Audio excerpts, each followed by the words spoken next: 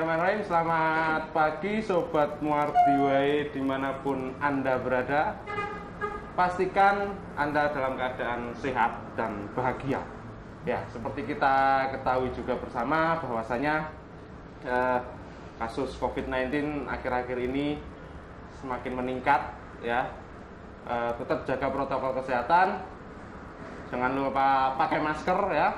Karena masker itu sangat penting. Dimana masker itu selain melindungi diri kita dari COVID-19 juga menghindari kita dari buruk rupa. Ya, pada pagi hari ini kita akan membahas sedikit tentang permasalahan yang ada di dalam organ, ya, salah satu organ dalam kita, ya, organ dalam manusia, dimana itu adalah jantung, ya. Dimana dengan judul peran rehabilitasi jantung pada pasien pasca serangan jantung, yang telah hadir di tengah-tengah kita seorang narasumber, seorang pakar, seorang dokter spesialis jantung, yaitu Dr. Asri Kurniati Martiana. Selamat pagi dokter. Pagi dokter Nonot. Assalamualaikum warahmatullahi wabarakatuh. Waalaikumsalam. Ya, saya kebetulan beliau ini adalah senior saya dan saya sangat mengenal sekali beliau ya, karena sangat humble, ramah, luar biasa. Ya. Pokoknya kita mau menimba ilmu nanti dari beliau. Insya Allah. Ya. Sehat dokter? Alhamdulillah sehat. Waduh, alhamdulillah semangat sekali. Ya, pagi ini kita membahas tentang rehabilitasi jantung dokter, dari serangan jantung. Ya, mungkin bisa sedikit kasih pembukaan apa sih dok serangan jantung itu dok? Serangan jantung, oke.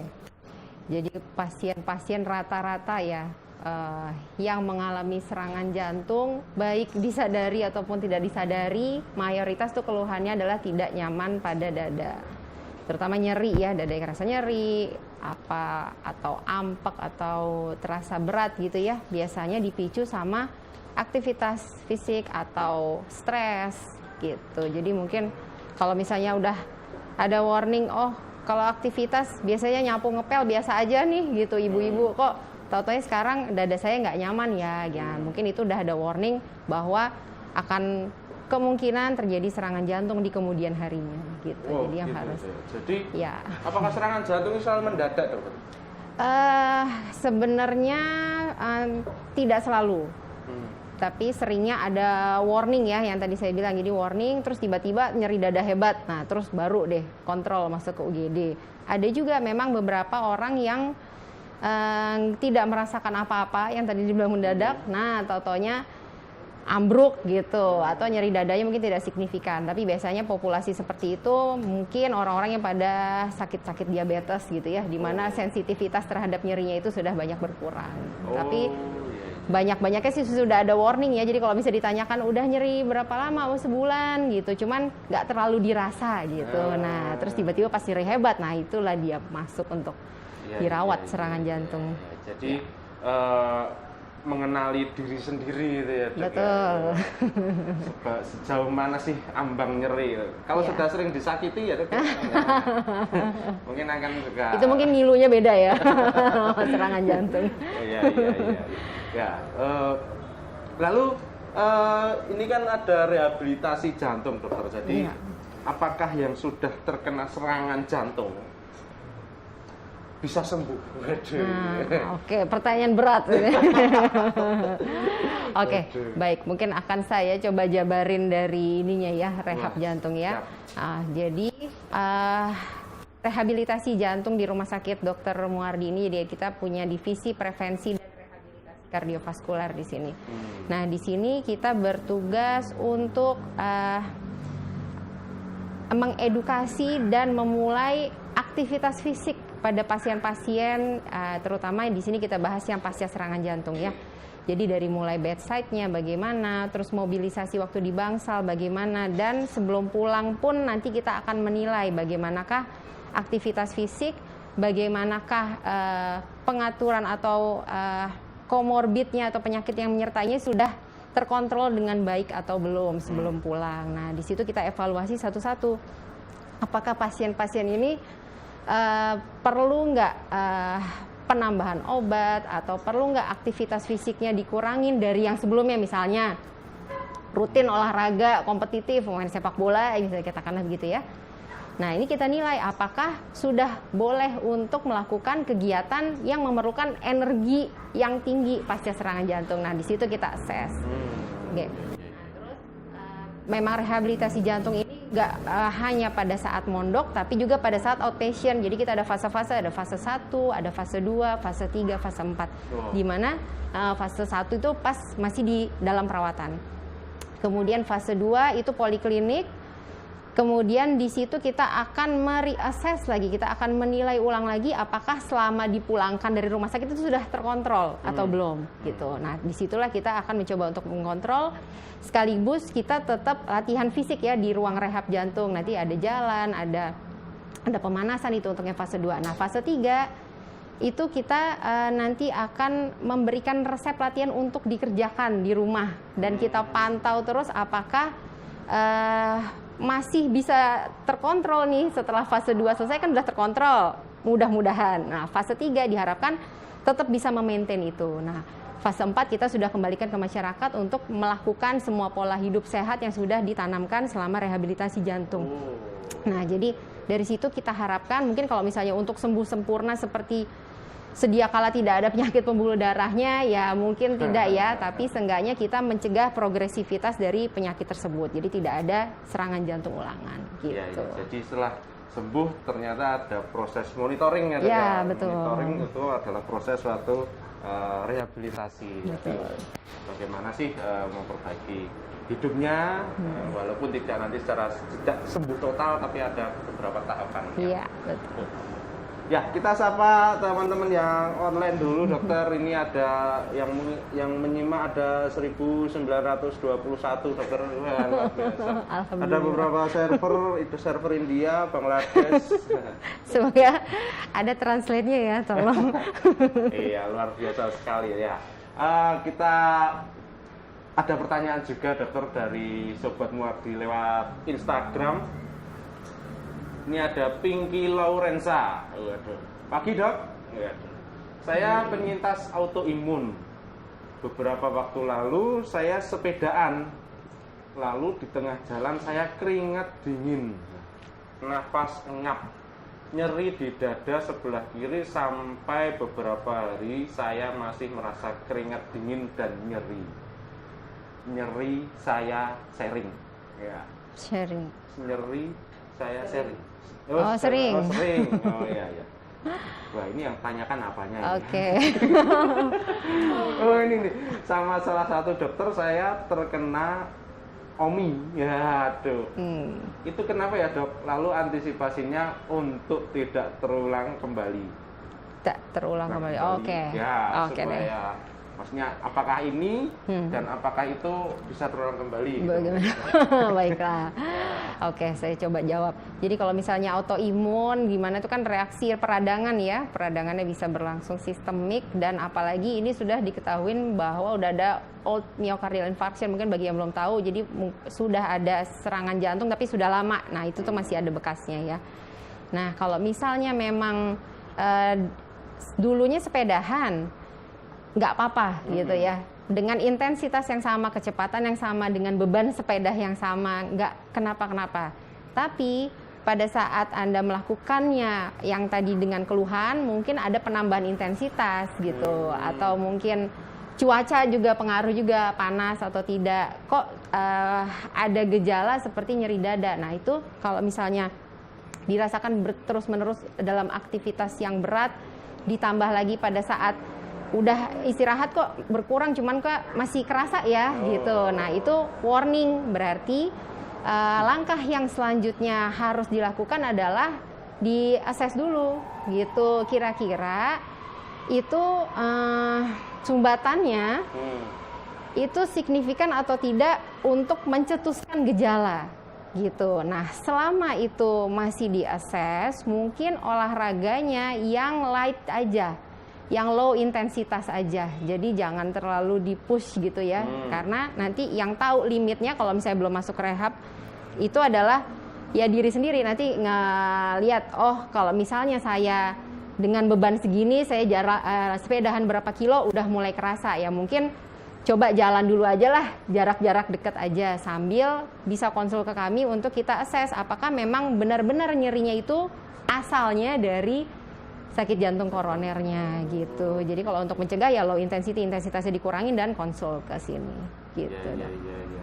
Oh jadi memang kembali lagi ke mengenali diri sendiri tadi. Betul. Ya, dok, ya. Nah ini ada yang Dokter Yongki tadi ya dok ya, yang dari Semarang ini dok. Wah luar biasa ya, salam Dokter Yongki. Ya sedikit menyinggung dokter pertanyaan yang tadi, apakah serangan jantung atau penyakit jantung itu selalu pada yang berusia tua? Nah ini yang biasanya ada teman saya itu yang misalnya kan ada, wah teman saya itu kok serangan jantung. Ada yang udah tua tapi kerjaannya ngerokok, ngebir tapi nggak apa-apa. Nggak apa-apa. Itu gimana itu? Itu baik. Kalau misalnya trennya ya dok sekarang, kalau trennya sekarang itu udah bergeser. Kalau zaman dulu mungkin orang-orang tua 60-70 tahunan gitu ya baru kena serangan jantung. Kalau sekarang tren yang pasien-pasien saya di rehab itu umurnya 30 tahunan. Untuk yang laki-laki. Kalau untuk yang perempuan itu umurnya 40 tahunan. Gitu. Nah, bukan mungkin ya, harusnya kita punya stratifikasi resiko sendiri karena ini udah berubah gitu ya zamannya. Kalau zaman dulu mungkin orang kalau misalnya mau minum minuman keras atau alkohol dan sejenisnya itu kan masih di limited tempat aja, nggak terlalu bebas kalau saya lihat seperti zaman sekarang ini ya. Jadi yang perlu kita tahu juga, satu, kita tuh kan nggak punya enzim. Sebagai orang Asia, memang kita punya defek tidak punya enzim yang baik untuk mencerna alkohol, ya kan dok? Dibandingkan orang-orang Europe, orang-orang Amerika gitu ya, orang-orang Asia gitu. Jadi mungkin dalam kadarnya yang dikit aja itu nggak bagus gitu. Nah, kalau saya perhatikan pasien-pasien yang usia muda, selain merokok, biasanya dia alkoholik juga, riwayat minum alkohol, atau enggak, mungkin kita enggak ngegali lebih lanjut, mungkin ada drug abuse juga. Dan pergeseran ke anak-anak muda ini mungkin juga pola stresnya, pola makannya juga, sama fasilitas dari hiburan yang sangat-sangat banyak. Jadi sedentary lifestyle itu dari mulai kecil sudah sangat ditanamkan pada mungkin generasi kita ya. Gitu, makanya kok sepertinya bergeser ya trennya sekarang, umur-umur produktif gitu sudah kena serangan jantung. Jadi hati-hati, tapi memang harus diteliti lebih lanjut, terutama populasi di Asia, Indonesia. Kenapa kok trennya anak mudanya lebih banyak? Cuman kalau misalnya dari faktor resiko, rata-rata saya gali selain yang klasik ya, hipertensi, DM gitu, rata-rata itu adalah perokok dan peminum, plus ya peminum. Kalau ngerokok aja mungkin 50, 60 gitu ya. Cuman ya itu cuman dari berdasarkan pengalaman klinis saya gitu. Jadi untuk registry yang pastinya harus lebih banyak lagi data nanti. Ya, menarik sekali dokter. Ternyata tadi tambahan ilmu juga, kalau ternyata orang Asia ya dok ya, itu enzim untuk menerima alkohol itu nggak punya. Atau limit ya. Limit, jadi nggak usah gaya-gayaan kalian American style, Eropa style itu ya. Kalian tuh orang Asia gitu.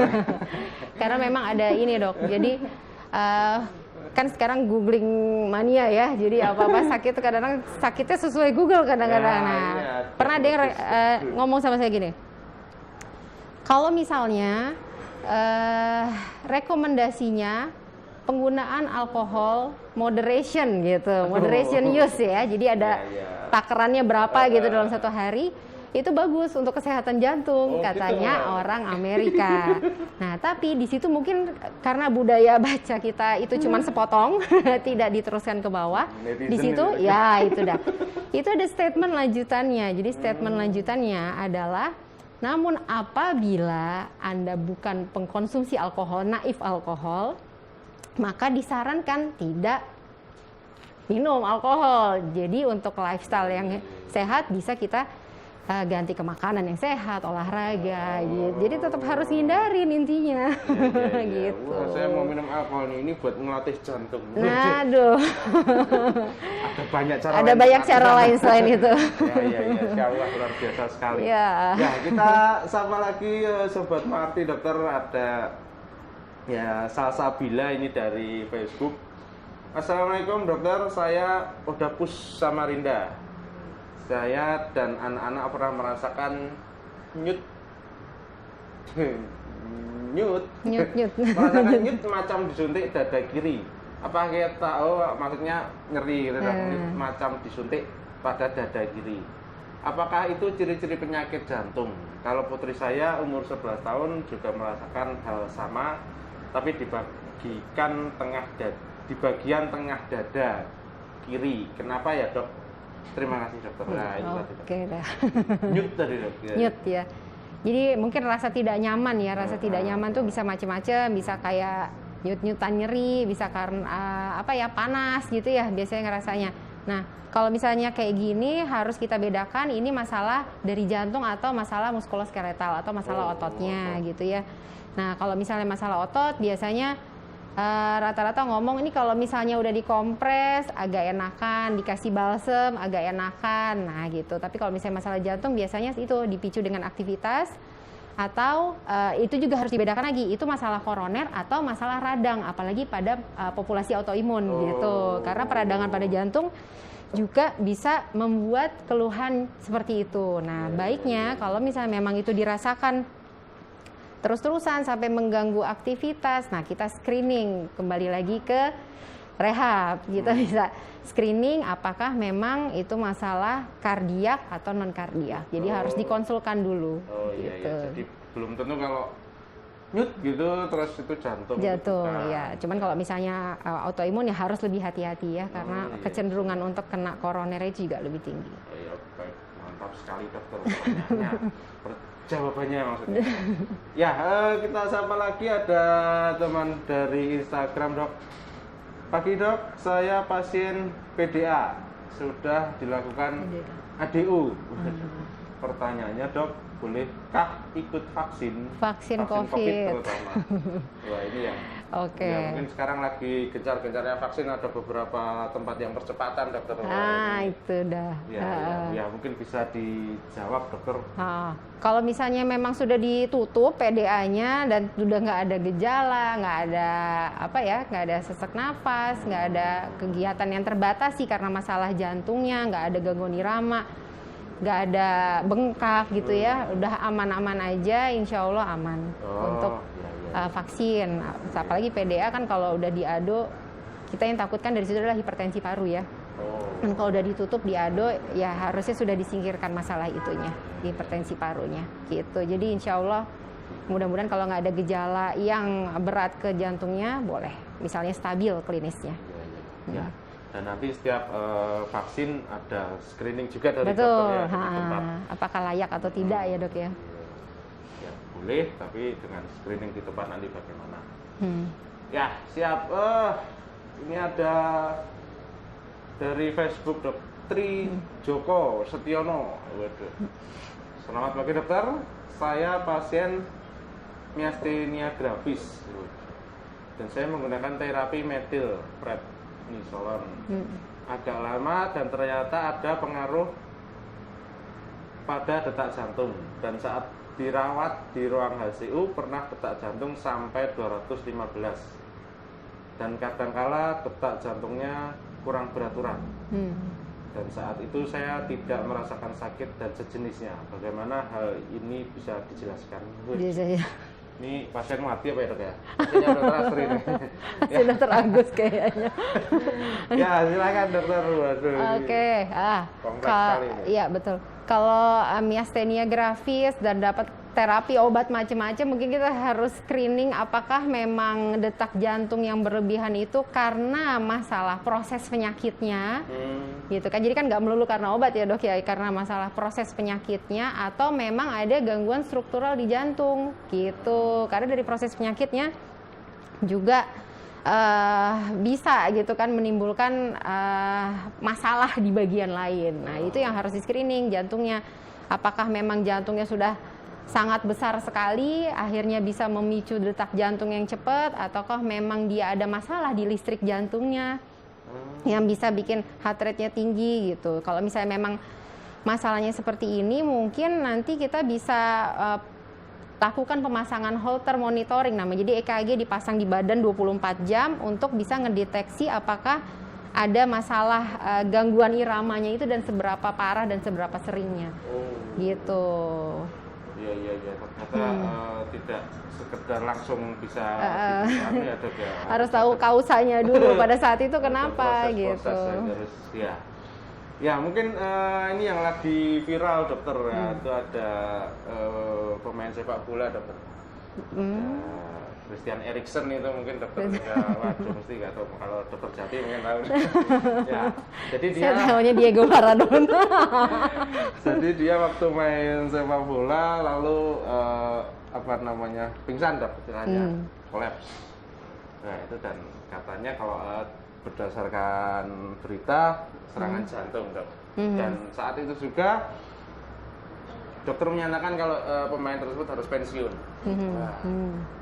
Apakah ada rehabilitasi jantungnya dan apakah bisa main bola lagi sih dok? Oh iya, oke. Mungkin sama kayak itu ya dok yang ditanya ya, Bu Rena ya. Oke. Iya. Bulu tangkis. Oke. Jadi kalau misalnya memang udah ada serangan jantung, nanti kita akan screening lagi nih. Apakah olahraga yang mau dia kerjakan, apakah dia intensitas ringan atau intensitas sedang atau berat atau sangat berat gitu. Jadi nanti setiap exercise itu ada intensitinya. Nah, dari rehab nanti kita bisa nge-assess apakah ini layak untuk kompetitif sport atau tidak gitu. Kalau misalnya dia layak kompetitif sport yang seperti apa? Nah, rata-rata itu hasil akhirnya adalah yang ringan-ringan aja atau rekreasional. Jadi kalau misalnya suka main tenis yang double. Dan yang cuman lucu-lucuan aja nggak pakai emosi. Jadi gitu. Jadi apalagi catur bener. Catur itu bisa emosinya tinggi tuh. Iya. Bisa gontok-gontokan itu dok. Gitu. Jadi mungkin dari screening dari situnya dia mungkin high risk untuk terjadi event. Makanya apalagi seorang pemain bola itu nggak bisa lah kita bilang dia santai. Levelnya betul moderate intensity, nggak, pasti dia intensitas tinggi untuk latihan maupun untuk kompetisinya itu sendiri gitu dok. Jadi makanya pensiun karena untuk mencegah event terjadi lagi. Tapi nanti walaupun pensiun mungkin masih bisa olahraga mungkin ngajar gitu ya. Ngajarin main bola. Ya, mantap sekali dok. Ya, itu sekaligus ada pertanyaan dok, usia 35 tahun, orang tua punya riwayat penyakit jantung dan saya suka bulu tangkis. Ya. Tapi sejak peristiwa pemain bulu tangkis nasional yang meninggal karena serangan jantung, saya jadi takut main bulu tangkis. Apakah saya berisiko kena serangan jantung juga dok? Nah ini dari orang tuanya dok. Orang tuanya meninggal serangan jantung, apakah dia berpotensi juga serangan jantung? Ini dari Rena Tasya. Oke. Jadi kalau misalnya untuk sakit jantung sendiri itu banyak faktor resikonya. Jadi faktor resikonya memang ada yang bisa kita modifikasi supaya mengurangi resiko, ada yang nggak bisa dimodifikasi. Nah, salah satunya adalah faktor genetik. Tapi di sini yang harus diperhatikan adalah berapakah usia orang tuanya Mbak Rena pada saat dia terkena serangan jantung.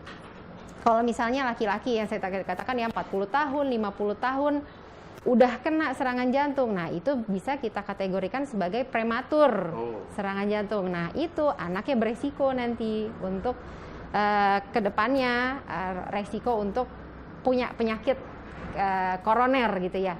Kalau misalnya ibu mungkin 60-an gitu udah kena serangan jantung kayak usia-usia 55 yang belum menopause, nah gitu juga kita bisa bilang itu adalah prematur CVD. Nah, itu meningkatkan resiko untuk anaknya. Cuman ngomongin kalau misalnya udah 80, 70 tahun itu kan udah proses agingnya gitu. Nah, tapi harus dilihat juga itu kan yang tidak bisa dimodifikasi. Nah, yang bisa dimodifikasi kita lihat dari indeks massa tubuhnya bagaimana, lingkar perutnya bagaimana, aktivitas fisik, pola makannya gimana gitu. Jadi jangan-jangan orang tua kita sebenarnya karena masalah ya udah aging gitu ya, padahal dulu gaya hidup sehat. Nah, bukan kita ya, maksudnya seseorang bisa kena serangan jantung karena memang pola hidupnya sendiri, jadi tidak ada faktor keturunan gitu. Ya. Jadi memang belum tentu kalau orang tuanya itu jantung, kita juga penyakit jantung, belum tentu ya. Mantap sekali Dok ya, ini mungkin bisa membuka wawasan ya untuk Sobat Muhaltiwai dan kita semua bagaimana bahayanya serangan jantung dan maksudnya seberapa bahaya dan tidak semua orang bisa kena penyakit jantung dengan cuma-cuma. Betul. Ya, ini ada pertanyaan lagi Dok. Aduh, dari Rita Mama Fafa ini. Waduh, namanya lucu. Dok, makanan atau diet seperti apa yang disarankan untuk pasien pasca serangan jantung? Mungkin secara global ya saya ngomongnya nggak. Jadi healthy diet itu ada banyak kategori. Jadi mau apa nih? Misalnya sumber karbohidrat gitu ya. Mungkin yang lebih dipilih yang bahannya dari gandum gitu ya. Jangan yang simpel kayak apa? Nasi gitu ya, biasa kita makan gitu, atau terigu gitu, jadi yang dari gandum. Nah, terus ada beberapa pemilihan juga minyak yang dipakai untuk ngegoreng itu juga ada yang ya kadang-kadang aja lah dipakainya, ada yang oke, boleh. Nah, terus kalau makan udah hidup sehat, makan apa? Makan salad nih. Nah, dressingnya itu juga ada pemilihannya. Mana yang boleh, mana yang enggak. Jadi kadang-kadang dia tambahin mayones, dia tambahin ini, itu sama aja. Jadi dalamnya sehat, atasnya nggak sehat, gitu ya. Terus cara untuk cookingnya juga gitu. Jadi mungkin untuk yang goreng-gorengan itu agak dikurangin ya, lebih banyak ke rebus-rebusan. Kemudian pemilihan dagingnya juga beda. Daging manakah yang, saya suka makan steak nih, cari yang kadar lemaknya nggak begitu banyak gitu. Jadi bagian mananya gitu. Jadi mungkin kalau kita ngomongin gizi agak banyak ya, panjang gitu pembahasannya. Cuman yang jelas ya itu, kalau bisa lebih banyak gandumnya, cara untuk masaknya juga beda gitu kan. Kalau bisa yang sehat-sehat. Terus lebih banyak lagi yang makanan-makanan yang ikan-ikan, sebutannya oily fish ya. Jadi ikan-ikan yang merah gitu ya, kayak salmon gitu. Bagus. Ya, makanya healthy lifestyle katanya sih mahal, tapi nggak juga kok gitu. Kalau misalnya dijalanin it worth lah. Soalnya kan kalau sakit jantung obatnya lifetime, lebih mahal lagi nanti biayanya.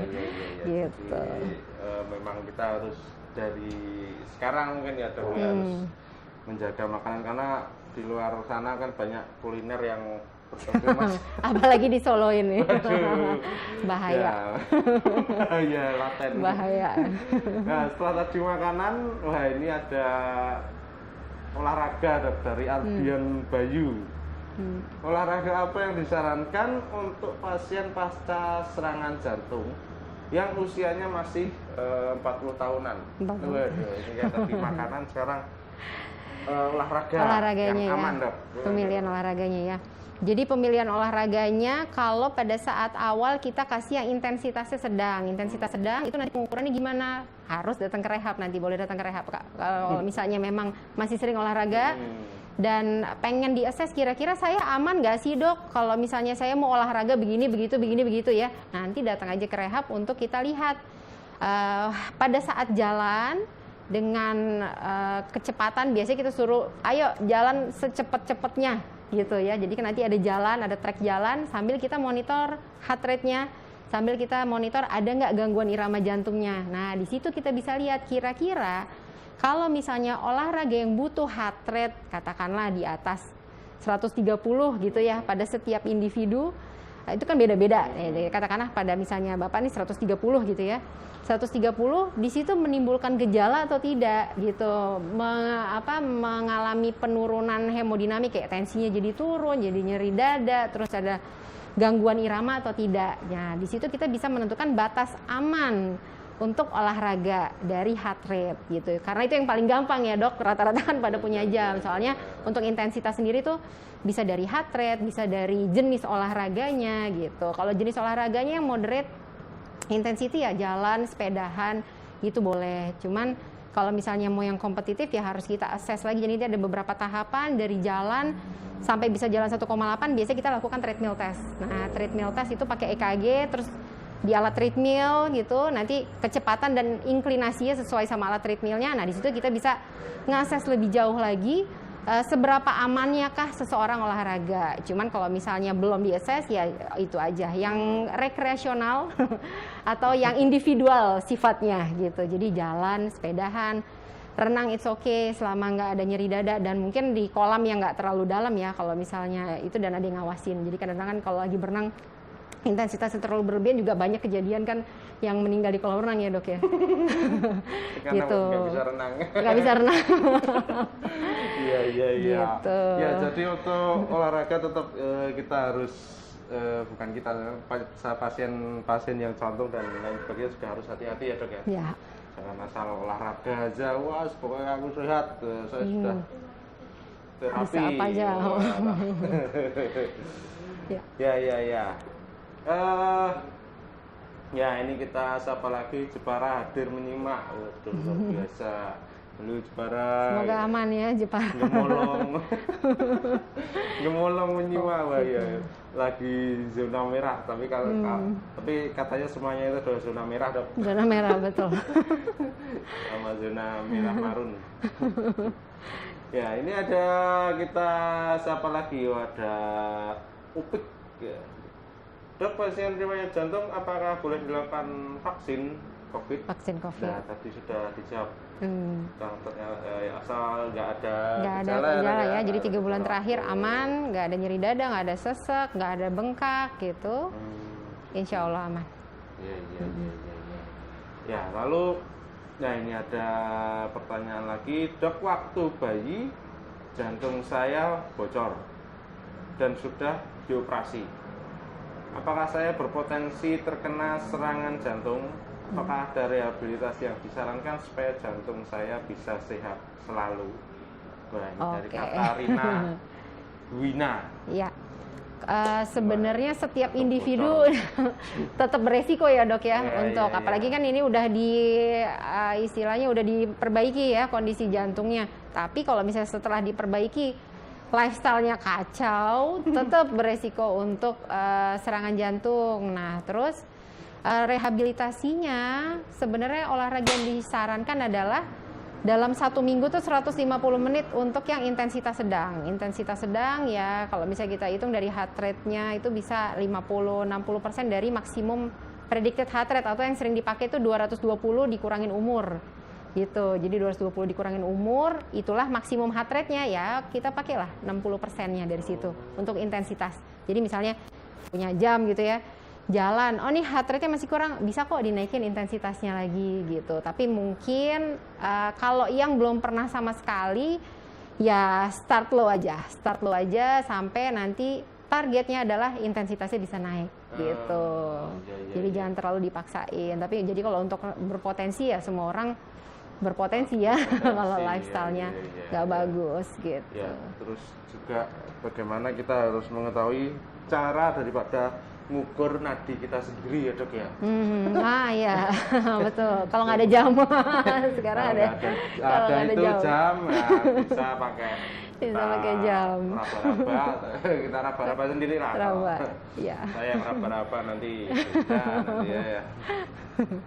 Nah, ini nyambung Dok, seperti apa tanda serangan jantung saat olahraga dan kapan kita harus waspada? Nah, ini maksudnya kalau misalnya tanpa treadmill tadi, Dok, di awam, kapan sih waduh ini jantungku nggak kuat ini ya, itu tandanya. Betul. Ya mayoritas sih ini ya ampek ya atau berat gitu. Jadi kalau mau melanjutkan kayak udah nggak bisa catch up gitu ya. Jantungnya udah nggak kompromi dengan intensitas yang dilakukan, terus udah kerasa nyeri dada, udah kerasa nggak enak, apalagi kalau udah disertain keringetnya keluar terus sampai bajunya basah yang di luar olahraga ya. Biasanya kan olahraga basah, cuman kan panas gitu ya. Nah ini keringet dingin keluar, nah itu udah warning. Jadi jangan dilanjutin, karena kadang-kadang beberapa pasien yang suka olahraga kayak gitu, terus minggu depannya dikerjain lagi kayak gitu, minggu depannya lagi olahraga yang sama pingsan. Gitu. Jadi warningnya dihiraukan gitu. Jadi kalau misalnya dadanya udah kerasa nggak nyaman, apalagi udah ada keringet dingin, udah stop aja dulu gitu. Ganti olahraganya. Ganti. Atau nggak screening dulu ya dok, kesini ya dok. Di gedung Aster. Iya. Lantai berapa dok? Lantai dari 1 sampai atas ya jantung. Tapi untuk bagian poli 1 sama 2 nanti. Nanti langsung ketemu sama dokter Astri yang sangat ramah ini ya. Dijamin belum ketemu dokternya udah sembuh. Amin. Ya. Kita sama lagi ini banyak pertanyaan dok. Ada 500. Ya, ini ada Dian Mika Haidar ya, dok. Ini dari Jepara ini, wah luar biasa. Jepara kesini naik apa ini ya? Dok, izin tanya, Haidar pernah ngerasain sakit di dada kiri, tiba-tiba pusing, lemas, tangannya susah digerakin, beberapa saat kayak blank. Itu serangan jantung ringan ataukah GERD? Oke. Nah, kalau gini harus tahu situasinya dulu sebenarnya dok ya. Situasinya itu lagi aktivitas atau memang lagi ada tekanan psikologis gitu. Karena itu nanti yang bisa ngebedain apakah itu memang masalah neurogenik ya, masalah saraf, atau memang masalah jantungnya gitu. Karena memang gejalanya agak-agak mirip, tapi kalau misalnya itu dipicu aktivitas dan sering banget terjadi dan intensitasnya tambah berat ya, bisa jadi harus di screening koronernya gitu. Tapi kalau misalnya masih muda terus lagi ada masalah dan kena seperti itu ya mungkin itu psikosomatis juga bisa. Kalau GERD sendiri biasanya memang gejalanya bisa sampai ampek ya. Kalau misalnya dia ada tidak nyaman di bagian perutnya, terus gas lambungnya tidak dikeluarkan, itu bisa bikin buat tarik nafas saja nyeri, itu kan sesek banget. Tapi biasanya dengan minum obat-obatan untuk GERD-nya, untuk emahnya itu pada saat udah buang angin atau sendawa, biasanya keluhan berkurang. Gitu. Gitu ya. Tuh, jadi bedanya GERD sama jantung. Yang sering kadang-kadang orang mengira aduh jantung. Aduh. Ya ini pertanyaan dok dari Mika Alina. Ya dok, Rina Kamilia dokter, mohon maaf. Dok, apakah penanganan serangan jantung selalu dengan pasang ring? Ya. Dan ini ada lagi terus nyambung dok, beda bypass dengan pasang ring itu apa? Beda, oke deh. Jadi yang awam sekali dok, wow, ya. Udah pasang ring. Ya, jadi dari serangan jantung tuh entitasnya beda-beda serangan jantung itu sendiri ya. Nanti kalau misalnya memang dia ada sumbatan total, nah di sini juga sudah ada center untuk primary PCI ya, jadi untuk pasang ring sito gitu ya istilahnya gitu ya. Jadi kalau misalnya memang serangan jantung akut dan dia nutup total, ya itu nanti kita akan buka pembuluh darahnya yang bermasalah. Kalau bisa pakai ring ya, kalau misalnya yang situ. Nah terus kalau misalnya dia nyeri-nyeri dada, tapi setelah kita stratifikasi resiko, ternyata kok masih ragu-ragu ya gitu, apakah layak untuk dilakukan melebarkan pembuluh darahnya dengan ring atau tidak. Nah itu kita assess lagi, salah satunya bisa dengan treadmill test atau bisa dengan ekokardiografi yang diberikan stres nanti untuk melihat gitu, apakah memang benar nyeri dadanya itu, apa serangan jantungnya menimbulkan masalah di otot jantungnya, aliran darahnya. Nah kemudian kalau misalnya memang indikasi sesuai dengan resikonya dan sesuai dengan sumbatannya, ya kita biasanya tata laksana dengan pemasangan ring. Nah kalau misalnya sudah dilihat, oh ternyata kok sangat kompleks sekali ya gitu pembuluh darahnya, dan kemungkinan kalau misalnya kita tata laksana dengan kateterisasi, dengan kita lakukan intervensi, itu resikonya tinggi gitu, atau terlalu banyak ring yang harus dipakai. Nah itu kita harus over untuk pertimbangan dilakukannya operasi bypass. Nah jadi perbedaannya adalah yang satu itu tindakannya melalui pembuluh darah, jadi nanti masuk selang yang pasang ring itu masuk selang dari pembuluh darah, bisa di tangan, bisa di pangkal paha, nanti masuk ke dalam pembuluh darah koronernya. Nah di situ kita akan deliver, akan kita pasang ringnya lewat situ. Tapi kalau misalnya bypass, nanti ada torakotomi ya dok, di gergaji dadanya, terus nanti dibuka jantungnya, di situ dilihat. Nah jadi pembuluh darah mana yang ada sumbatannya, kita bikin jalan layang istilahnya gitu ya, untuk ngasih aliran ke bagian yang lebih bawahnya gitu. Jadi yang satu tindakannya operasi besar dibuka, yang satu melalui selang kateter. Oke ya, gitu. Nanti jelas beda ya dok ya. Beda. Wah luar biasa sekali nih, bayangin gaji gaji. Kalau di forensik gaji itu terus nggak balikin lagi dok, tapi kalau jantung ya ternyata harus balikin. Harus balikin. Ya luar biasa dokter Asri. Nah ini ada pertanyaan lagi dok, waduh bisa 2 hari dok pertanyaan banyak yang kepo tentang apa yang dinamakan dengan jantung. Ini Nah ini dok, kenapa pasien pasca serangan jantung bisa berisiko terkena lagi ketika terlalu senang, sedih, atau malah emosional berlebih? Ya ini dari Tania Dewi ya. Biasanya kalau di sinetron itu terkejut. Oh iya, benar. Ya itu apakah benar? Oke.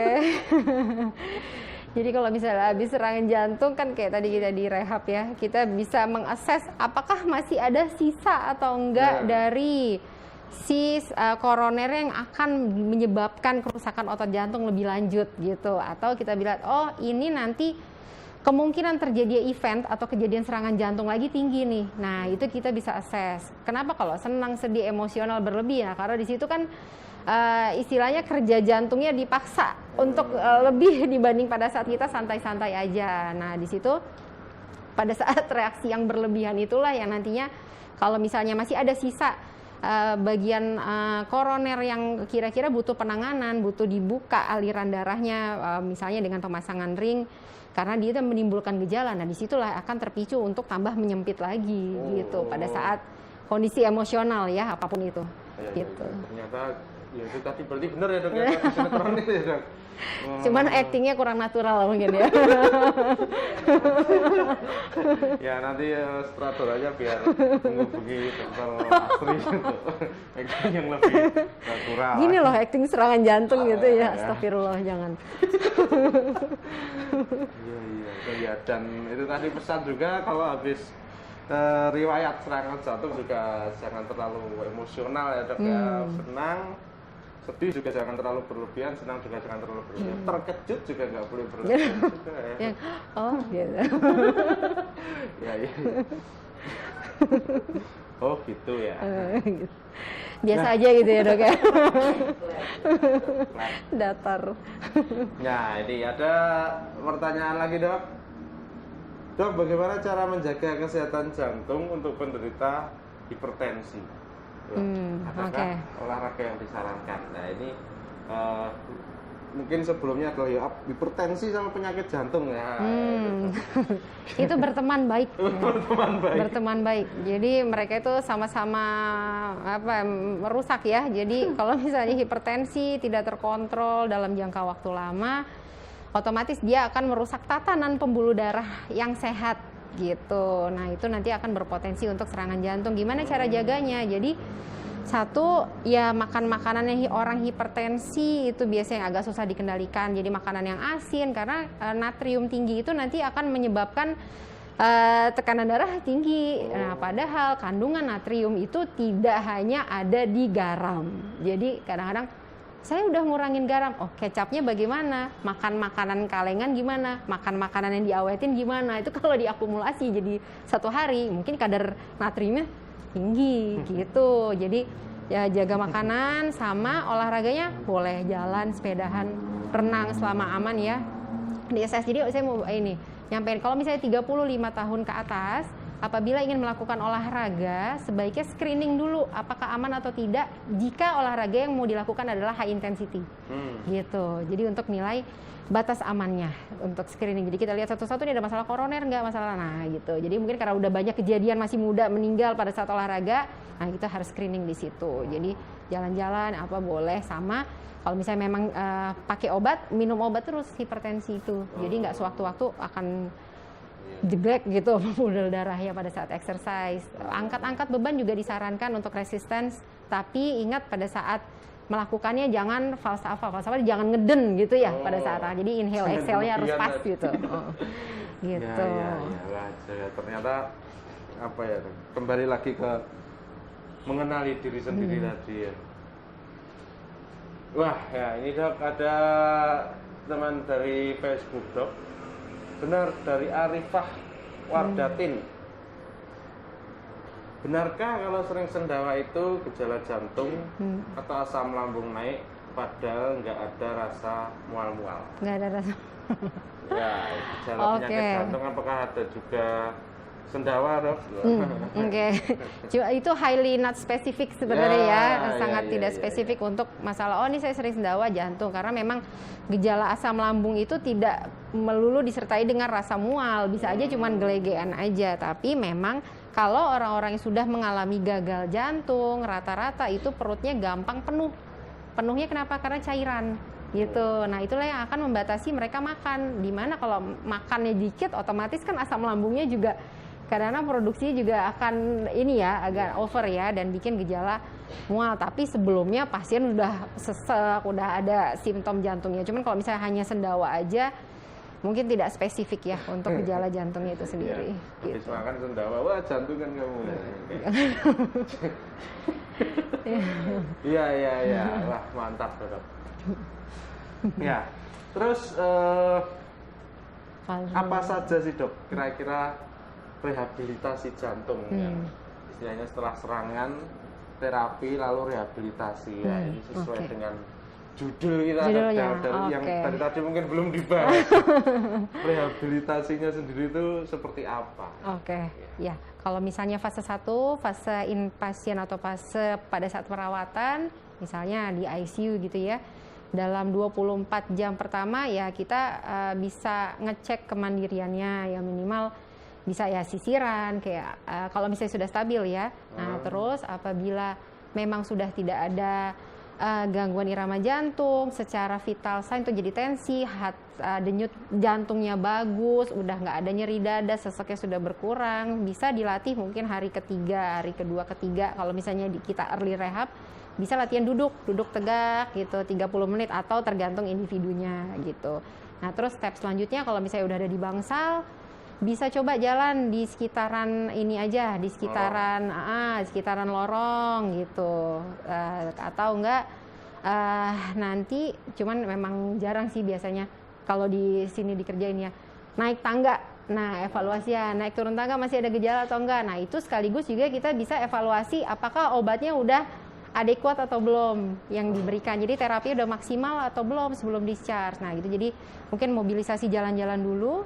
Kemudian sebelum dikeluarkan atau sebelum dipulangkan, nanti kita ada program rehab jantung di Aster 2. Nah, di situ nanti dipasang EKG, dilihat di monitor, kita tes kemampuan berjalan 6 menitnya. Jadi selama 6 menit jalan tuh secepat-cepatnya. Nah, itu berapa meter kuatnya. Nah, dari situ juga kita bisa melihat oh ini kemampuannya sekian METS. METS itu adalah energi yang dibutuhkan untuk melakukan satu aktivitas gitu. Jadi misalnya energi 4 METS gitu ya. Oh ini olahraga untuk 4 METS. Itu artinya adalah 4 kalinya energi yang dibutuhkan dibandingkan kalau kita duduk santai-santai gitu. Nah itu 4 METS. Nah di situ nanti kelihatan ini kemampuannya berapa METS. Nanti kita rekomendasikan untuk exercise di rumah untuk mulai fase kedua.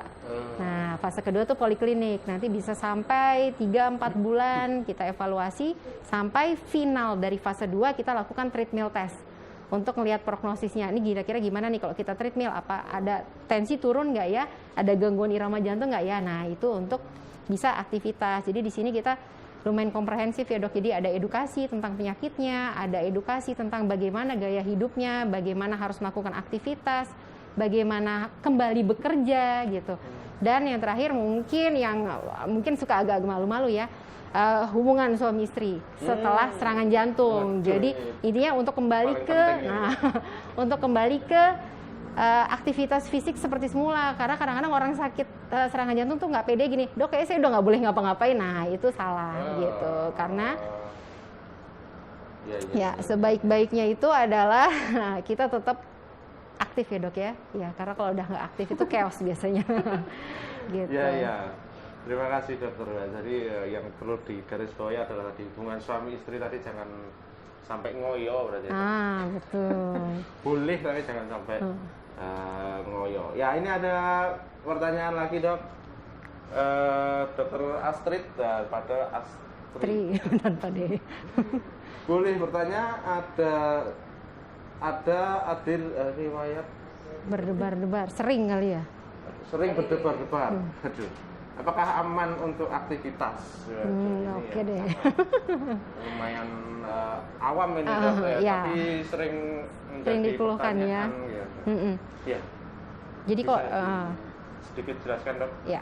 Jadi debar-debar sendiri itu sebabnya sekali lagi saya bilangnya macam-macam. Satu, karena memang lifestyle-nya nggak pernah ngapa-ngapain, jadi sekalinya aktivitas heart rate-nya akan lebih cepat naik ya, gitu. Misalnya biasanya duduk nonton TV gitu kan, coba deh beliin sayur gitu ke warung depan, itu aja udah bikin deg-degan gitu ya, karena sakingnya nggak pernah ngapa-ngapain. Kedua, memang kita harus screening ada masalah di metabolismenya nggak. Nah biasanya kalau debar-debar ini kita lihat apakah dia punya masalah di tiroid, jadi kita cek dulu tiroidnya gimana, karena itu yang paling sering menyebabkan irama jantung berlebihan. Nah setelah itu kita screening lagi masalah struktur jantungnya ada atau enggak yang bisa bikin berdebar-debar gitu. Nah terakhir kita bisa lihat di Holter monitoring, tapi itu juga setelah mungkin exercise dulu ya gitu. Setelah exercise mungkin nggak terlalu sering berdebar-debar ya, berarti itu masalahnya gara-gara lifestyle-nya terlalu banyak nggak ngapa-ngapain gitu. Iya, Dok. Wah mantap. Jadi memang ya berdebar-debar itu nggak mesti serangan jantung, nggak mesti sakit jantung. Ada di depan mau ketemu mantan tadi, itu mantannya jualan sayur, kita mau beli sayur ya ternyata. Iya. Kan. Dan yang harus diingat mungkin heart rate semakin santai, ya nggak terlalu santai ya, maksudnya 60 untuk resting heart rate-nya itu makin baik untuk kondisi kesehatan jantung gitu. Semakin santai semakin baik. Tapi jangan. Ya, ini ada pertanyaan lagi, Dok, dari Pur Antopur. Itu namanya Pur Antopur, sepur kan. Obat tekanan darah tinggi dalam waktu yang lama apa tidak bahaya, Dok? Ya, ini ya biasanya kan untuk darah tinggi kan obatnya jangka panjang. Jangka panjang, iya obat betul. jantung juga. Oke. Dan apa tidak bahaya, Dokter?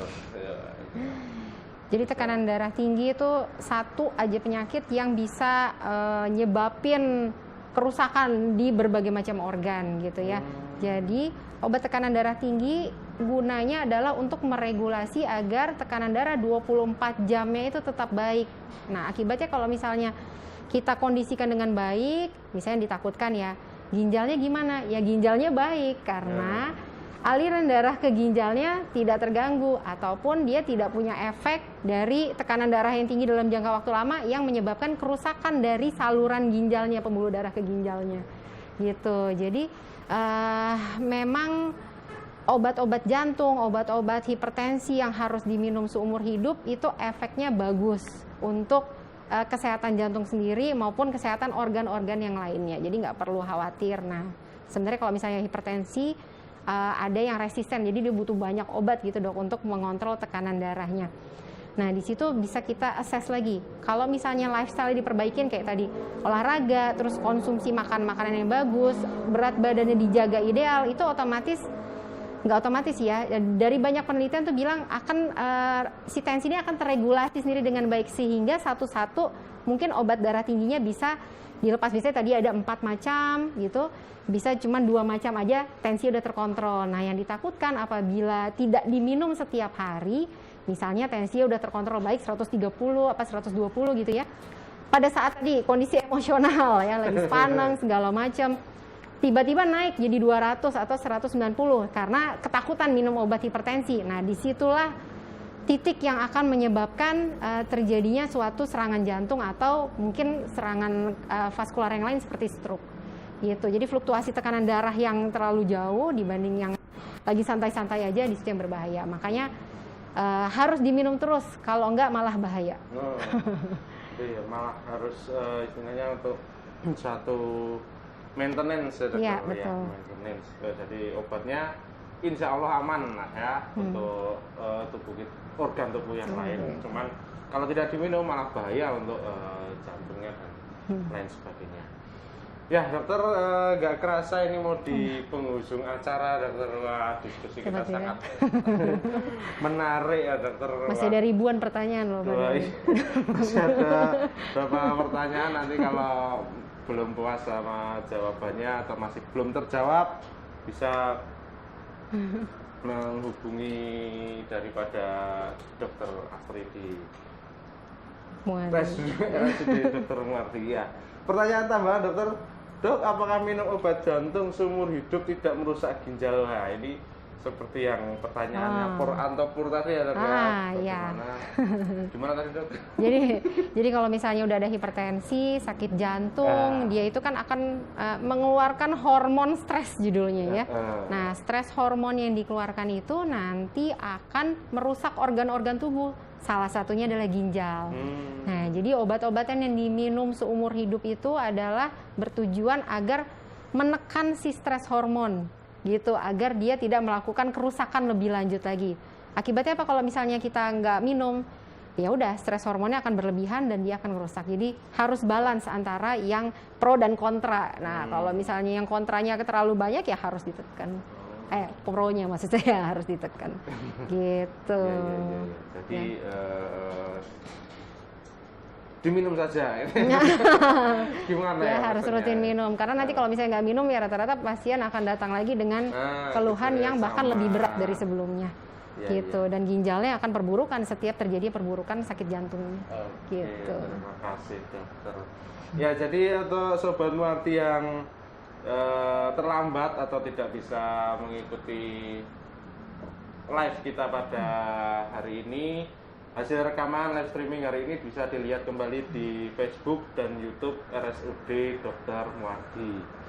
Jangan lupa like, follow, subscribe, dan share akun media sosial kita di RSUD Dr. Muardi ya, di Facebook, Instagram, dan YouTube ya.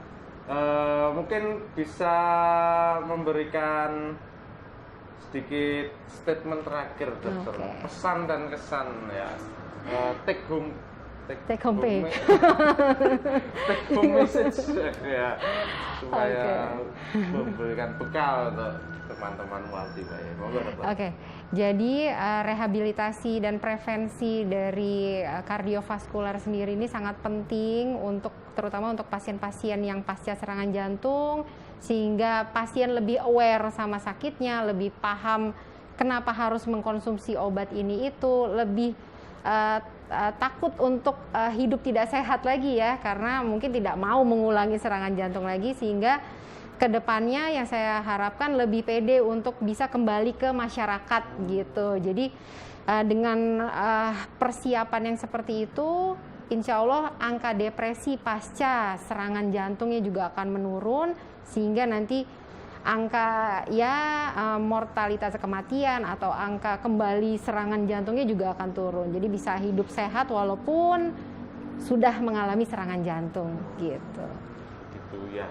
Luar biasa sekali untuk pesan yang harus kita ingat-ingat ya, bahwasanya serangan jantung itu bukan akhir dari segalanya ya, ada rehabilitasi dan pengobatan yang tentunya bisa dijalankan oleh untuk teman-teman yang menderita serangan jantung tersebut.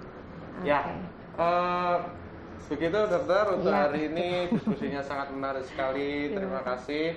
Sama-sama dok. Ya, sekian dari kami untuk pada pagi hari ini. Mudah-mudahan bermanfaat. Kurang lebihnya kami mohon maaf. Wassalamualaikum warahmatullahi wabarakatuh. Waalaikumsalam warahmatullahi wabarakatuh.